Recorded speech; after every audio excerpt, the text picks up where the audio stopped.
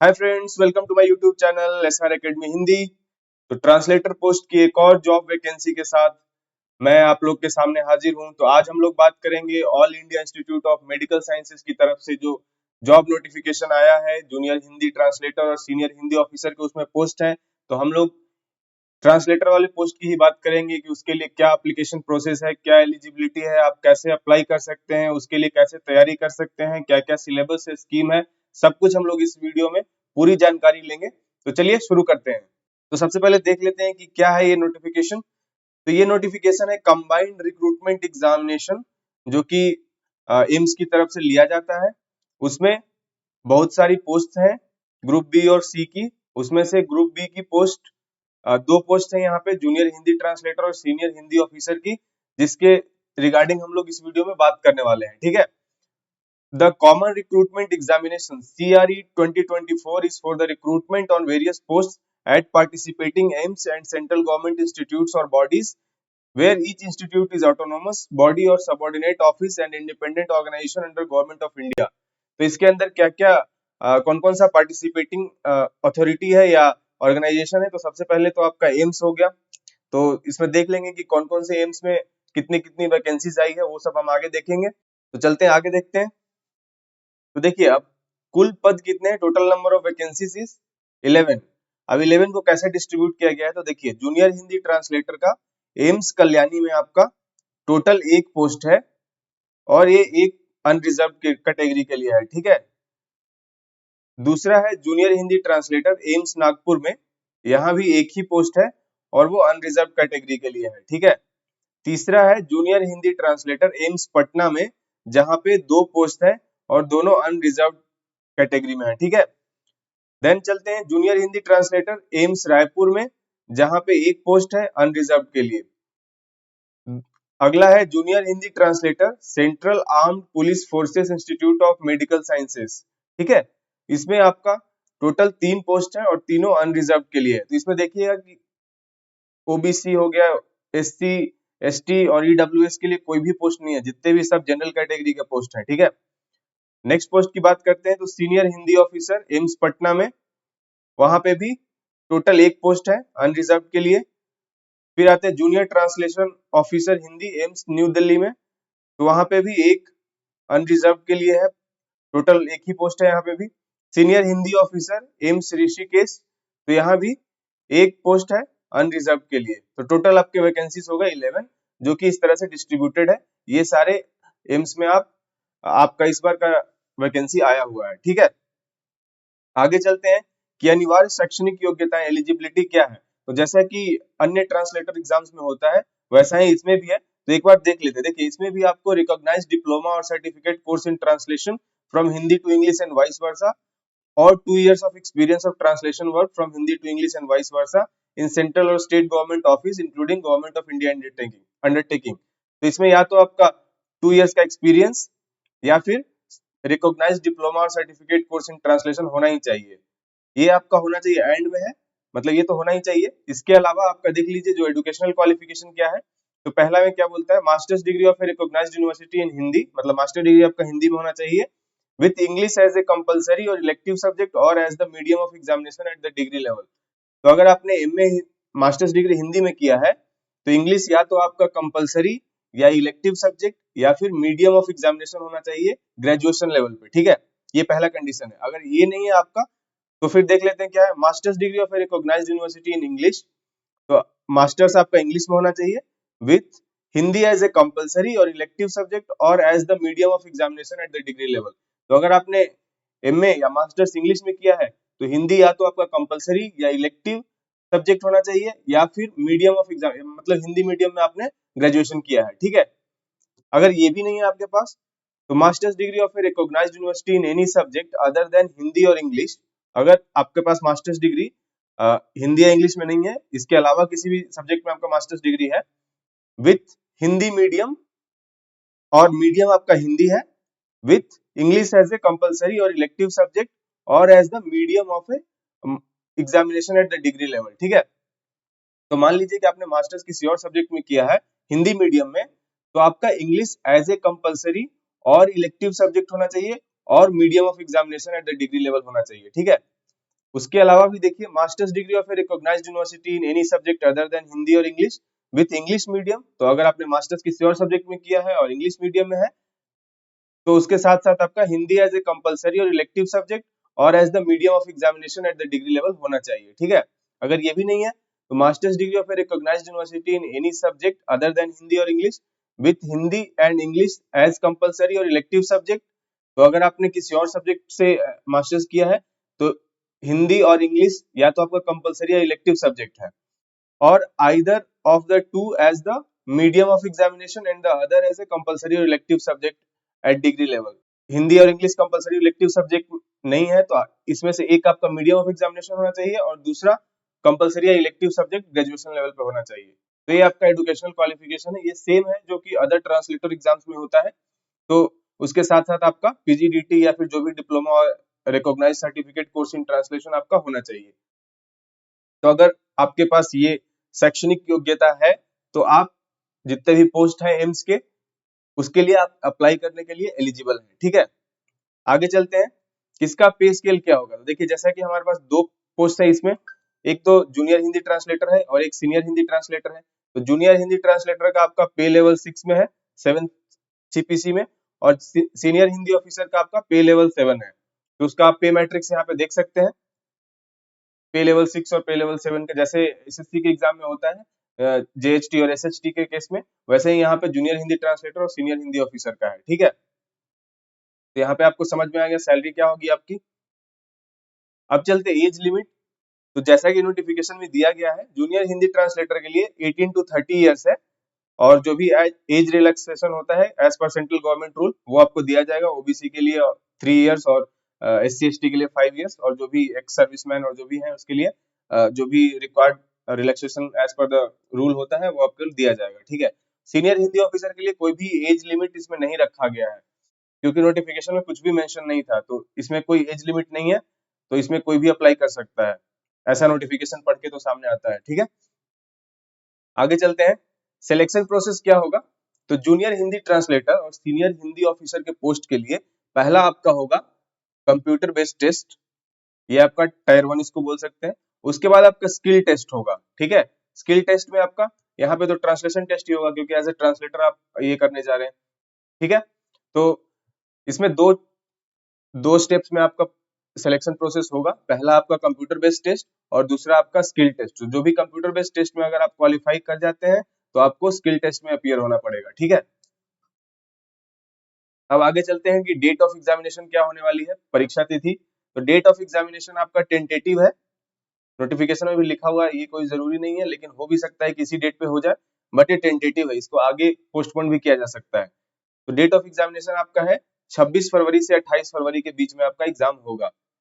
इसके बीच में आपका जिस दिन भी जेएचटी या सीनियर हिंदी ऑफिसर का आपका एग्जाम होने वाला है इन्हीं के बीच में अभी के लिए निर्धारित है। ठीक है, डेट ऑफ स्किल टेस्ट जैसे ही फर्स्ट सीबीटी का रिजल्ट आ जाएगा उसके बाद आपको नोटिफाई कर दिया जाएगा। अब आते हैं कि एप्लीकेशन कब से कब तक हम लोग अप्लाई कर सकते हैं इस एप्लीकेशन इस पोस्ट के लिए। एडवर्टीजमेंट कब अपलोड किया गया है, 7 जन को अपलोड किया गया है, और तब से ही आप अप्लाई करना स्टार्ट कर सकते हैं। ठीक है, और कब तक आप अप्लाई कर सकते हैं तो 31 जनवरी तक आप अप्लाई कर सकते हैं। तो 7 जनवरी से लेके 31 जनवरी तक आप इसके लिए आवेदन ऑनलाइन आवेदन कर सकते हैं। ठीक है, date of status of application form for acceptance to appear in examination. तो 11 फेब तक आपका स्टेटस ऑफ एप्लीकेशन आपको पता चल जाएगा। Date of correction in application कब से कब तक अलाउ है, तो 12 फरवरी से 14 फरवरी के बीच में अगर आप जो भी करेक्शन अलाउड होते हैं रजिस्ट्रेशन के बाद, तो आप इस पीरियड के दौरान आपका विंडो ओपन होगा और आप करेक्शन कर सकते हैं। ठीक है, अब आते हैं एप्लीकेशन प्रोसेस।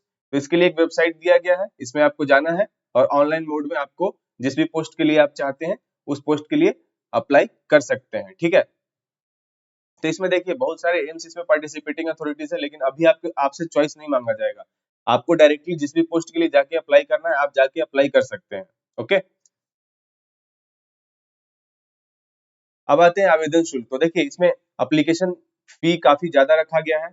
जनरल के लिए देखिए 3000 रुपए है, SC ST और EWS कैंडिडेट के लिए 2400 रुपए है, और पर्सन विद डिसेबिलिटी के लिए एग्जेम्प्टेड है ठीक है, तो उनके लिए कोई भी चार्जेस नहीं है। लेकिन यहाँ पे देखिए SC/ST का जो चार्जेस होगा, application fee of SC/ST candidates who appear in the examination will be refunded in their source account after the declaration of result in due course of time। तो SC/ST के लोगों को एप्लीकेशन फॉर्म अप्लाई करते समय आपको तो पैसे देने हैं 2400, बट उन लोगों के पैसे आपको जब रिजल्ट इसका डिक्लेयर हो जाएगा फाइनल, और अगर आपने अपियर किया है एग्जामिनेशन में, तो आपके 2400 रुपये वापस हो जाएंगे, ठीक है। लेकिन जनरल और ओबीसी कैंडिडेट के लिए 3000 देना है, इनके लिए कोई भी रिफंड का रूल नहीं है, ठीक है। तो ये एप्लीकेशन कॉस्ट, इसमें एप्लीकेशन फी काफी ज्यादा है, बट यहाँ से आपको फायदा भी है नुकसान भी है। फायदा क्या है कि इसमें थोड़ा सा कंपटीशन कम हो जाएगा। नुकसान ये होगा कि अगर आपकी पूरी तैयारी नहीं है, आप जस्ट ट्राई के लिए आप एग्जाम नहीं दे सकते इसको, ठीक है। तो जिनका भी सिंसियरली आप प्रिपेयर कर रहे हैं और आपको लगता है कि आपकी तैयारी पूरी है, तो आप एग्जामिनेशन दे सकते हैं और इसको अप्लाई कर सकते हैं, ठीक है। अब आते हैं कि स्कीम ऑफ एग्जामिनेशन क्या है इसकी। तो इसका जो पहला एग्जाम होगा कंप्यूटर बेस्ड टेस्ट होगा, जिसमें the duration of examination shall be of 90 minutes. तो लगभग लगभग नहीं, 1.5 घंटे का एग्जाम होगा आपका। 90 मिनट्स मतलब 1.5 घंटे का आपका एग्जाम होगा। 100 MCQ ऑफ 400 मार्क्स। तो 100 क्वेश्चंस आपके आएंगे ऑब्जेक्टिव टाइप, एक क्वेश्चन का 4 मार्क्स है, ठीक है। 25 MCQs related to general knowledge and aptitude knowledge of computer. तो देखिए, जो 25 MCQ होंगे 100 में से, वो किस पे आधारित होंगे? जनरल नॉलेज, एप्टीट्यूड में आपका दोनों आ जाएगा, मैथ्स और रीजनिंग, ठीक है। तो यहाँ पे आप ध्यान रखिएगा, एप्टीट्यूड में मैथ्स और रीजनिंग दोनों आ जाएगा, और नॉलेज ऑफ कंप्यूटर। तो आपका टोटल 4 टॉपिक से आपके 25 MCQs रहेंगे, और 75 MCQ जो रहेगा आपका related to the domain of respective group. तो आपका ट्रांसलेटर का पोस्ट है, उसमें आपका जो डोमेन स्पेसिफिक सब्जेक्ट क्या है, इंग्लिश है और हिंदी है, ठीक है। The syllabus will be in accordance with education qualification and experience. तो जो भी एक्सपीरियंस या एजुकेशनल क्वालिफिकेशन मांगा गया है, उसके अकॉर्डिंग ही आपका सिलेबस रहेगा। तो देखिए, इसमें कोई सिलेबस निर्धारित नहीं है आपके लिए, बस ये बता दिया गया है कि जो भी डोमेन स्पेसिफिक आपका सब्जेक्ट है, वो as per the educational qualification और एक्सपीरियंस जो भी एडवर्टाइजमेंट में बताए गए हैं, उसके अकॉर्डिंग ही आपका सिलेबस या क्वेश्चन रहेगा, ठीक है। अब चलते हैं, question paper will be divided in 5 sections each of 18 minutes duration. तो जो आपका एग्जाम होगा, उसमें टोटल 100 क्वेश्चन को 5 सेक्शंस में डिवाइड कर दिया जाएगा, ठीक है। और ईच सेक्शन जो 18-18 मिनट का होगा, मतलब 18 मिनट में आपके सामने एक सेक्शन आएगा। जैसे ही आप कंप्यूटर बेस्ड टेस्ट दे रहे हैं, तो 18 मिनट के लिए ये वाला सेक्शन जो है, जिसमें आपका कितना क्वेश्चन रहेगा, 20 क्वेश्चन रहेगा। 20 क्वेश्चन आपके लिए आ जाएंगे, तो आपको जल्दी से 18 मिनट के अंदर उस 20 क्वेश्चंस को अटेम्प्ट कर लेना है। फिर वो क्वेश्चंस वापस आपके पास नहीं आएगा, फिर आपका दूसरा सेक्शन ओपन हो जाएगा, और फिर से आपको 18 मिनट का समय दिया जाएगा। इसमें आपका क्वेश्चन नंबर 21 से 40 तक आएगा, इस तरह से, ठीक है। और उसी तरह फिर से जैसे ही 18 मिनट कंप्लीट, आपका ये सेक्शन भी क्लोज हो जाएगा, आप इसको फिर से वापस नहीं ओपन कर सकते हैं, ठीक है। तो यही लिखा हुआ यहाँ पे, each section will appear one by one during the 90 minutes duration at one time only. Access to visible or active part to view or answer will be disabled after lapse of said duration, and next section will be automatically activated or visible and so on. Examination will be submitted automatically after specified duration। तो इस तरह 18-18 करके आपको 18-18 minute के duration के लिए 5 sections आपके screen पे अपीयर होंगे। उसी ड्यूरेशन में आपको टोटल जो भी 18 मिनट में आपको 20 क्वेश्चंस करने होंगे, और इस तरह से आपको पांचों सेक्शंस जो है कंप्लीट करना होगा 90 मिनट्स के अंदर, ठीक है। You will be allowed only to attempt questions in the currently active section, which will remain enabled for set time, and it will never come back again for any action after move to the next section। तो वही इसमें बताया जा रहा है कि ये आपका सेक्शन जो 18 मिनट के बाद आपका लैप्स हो जाएगा, वो फिर वापस नहीं आएगा, ठीक। और इसमें नेगेटिव मार्किंग क्या होगी? नेगेटिव मार्किंग 1/4 आपका नेगेटिव मार्किंग होगा यहाँ पे, ओके। तो स्कीम ऑफ एग्जामिनेशन आपको समझ में आ गया होगा। अब चलते हैं कि जैसे ही आपने सीबीटी क्वालिफाई कर लिया, तो इसका कहीं भी मेंशन नहीं है कि स्किल टेस्ट में आपका क्या होगा नोटिफिकेशन में, जैसा कि आपका ट्रांसलेटर का पोस्ट है, तो स्किल टेस्ट में आपका ट्रांसलेशन का ही होना चाहिए, जैसे कि आरआरबी में होता है। और अगर स्किल टेस्ट है, तो ये क्वालिफाइंग इन नेचर ही रहेगा, ठीक है। तो स्किल टेस्ट तो तभी होगा जब आप सीबीटी में क्वालिफाई कर जाएंगे। तो जो भी क्वालिफाइड लोग होंगे, उनको स्किल टेस्ट यानी ट्रांसलेशन टेस्ट के लिए बुलाया जाएगा, और जो कि मोस्टली क्वालिफाइंग इन नेचर रहेगा। अब आते हैं डोमेन स्पेसिफिक सिलेबस। तो नोटिफिकेशन में कोई भी सिलेबस नहीं दिया गया है, बस ये लिखा गया है syllabus will be in accordance with educational qualification and experience as mentioned in the advertisement. But मैंने आपको प्रीवियस ईयर क्वेश्चंस और बाकी जो इस तरह के एग्जामिनेशन होते हैं उसके बेसिस पे मैंने आपको आपके लिए कुछ टॉपिक्स ऑलरेडी हिंदी और इंग्लिश के लिए लेके आया हूँ, तो मैं आपको बता देता हूँ जिससे आप इसकी तैयारी कर सकते हैं। तो इसमें देखिए हिंदी का पाठ्यक्रम क्या हो जाएगा, तो डोमेन स्पेसिफिक में आपका इंग्लिश और हिंदी दोनों आएगा, और इन दोनों को मिला के आपका कितने क्वेश्चंस रहेंगे, 75 क्वेश्चंस रहेंगे। तो काफी ज्यादा वेटेज है। इससे पहले के जो सीआरई एग्जाम होते रहते थे एम्स के, उसमें 40-40 आता था, 40 में मतलब अदर टॉपिक्स रहता था, 40 डोमेन स्पेसिफिक। बट इस बार डोमेन स्पेसिफिक के वेटेज को बढ़ा दिया इन्होंने। तो आपके लिए जैसा कि आपका ट्रांसलेटर का पोस्ट है, तो उसके लिए इंग्लिश और हिंदी ही होगा domain subject, domain specific subjects. तो हिंदी पाठ्यक्रम में आपका देखिए कौन कौन सा टॉपिक आ सकता है। तो हिंदी हिंदी पाठ्यक्रम में आपका आ जाएगा हिंदी वर्णमाला, विराम चिन्ह, उपसर्ग एवं प्रत्यय, शब्द रचना, वाक्य रचना, अर्थ, शब्द रूप, संधि, समास, क्रियाएं, अनेकार्थी शब्द, समानार्थी शब्द, विलोम शब्द, पर्यायवाची शब्द, वाक्यांश के लिए एक शब्द, मुहावरे व लोकोक्तियां, तत्सम तद्भव, देशज विदेशज आदि शब्द भंडार, वर्तनी, अर्थबोध, हिंदी भाषा के प्रयोग में होने वाली अशुद्धियां शब्द या वाक्य के स्तर पे, और हिंदी बोधगम्यता। बोधगम्यता मतलब कंप्रिहेंशन, यानी गद्यांश दिया रहेगा, उसके बेसिस पे आपके कुछ प्रश्न रहेंगे, इस तरह के प्रश्न आ सकते हैं। तो ये सब टॉपिक अगर आप कवर कर लेते हैं तो आपका हिंदी का पाठ्यक्रम आपका कंप्लीट हो जाएगा। ठीक है, तो अब चलते हैं इंग्लिश के पाठ्यक्रम पे। तो इंग्लिश में कौन कौन सा टॉपिक आपका पूछा जा सकता है, तो आपका हो गया punctuation and spellings, suffix and prefix, arrange the words in proper sequence, words meanings, vocabulary and usage, transformation of sentences, parts of speech जिसमें नाउन्स आ गया, pronouns, verbs, adverbs, adjectives, prepositions, conjunctions, interjections, synonyms, antonyms, phrases, idioms, tenses, articles, direct and indirect speech, active and passive voice, question tag और English comprehension। ठीक है, तो इस तरह के टॉपिक आप क्या आ सकते हैं। तो अगर आपने इतना टॉपिक कंप्लीट कर लिया तो आपका इंग्लिश का भी सिलेबस आपका कंप्लीट हो जाएगा। ठीक है, तो मैंने आपको हिंदी और इंग्लिश दोनों का सिलेबस बता दिया। तो अगर ये टॉपिक आप तैयार कर लेते हैं तो आपका डोमेन स्पेसिफिक सब्जेक्ट कंप्लीट हो जाएगा। उसके अलावा आपका क्या बचेगा, तो आपका बचेगा जनरल नॉलेज और मैथ्स एंड रीजनिंग और नॉलेज ऑफ कंप्यूटर। इन तीनों से रिलेटेड आपका 25 क्वेश्चन इससे होंगे, और 75 क्वेश्चंस में डिस्ट्रीब्यूटेड रहेगा हिंदी और अंग्रेजी का आपका पाठ्यक्रम। तो इस तरह से आप इस एग्जाम की तैयारी कर सकते हैं। ठीक है, ये बहुत ही अच्छा मौका है। एम्स में आपको ग्रुप बी के पोस्ट पे आपको मिलेगा, और लेवल 6 और लेवल 7 दोनों के इसमें पोस्ट है। और देख सकते हैं इसमें कि कौन कौन से जगहों पे आपकी वैकेंसी है। तो हो सकता है कि आपके घर के नजदीक भी आपकी पोस्टिंग हो जाए, अगर आप इस एग्जाम में क्वालिफाई कर लेते हैं तो।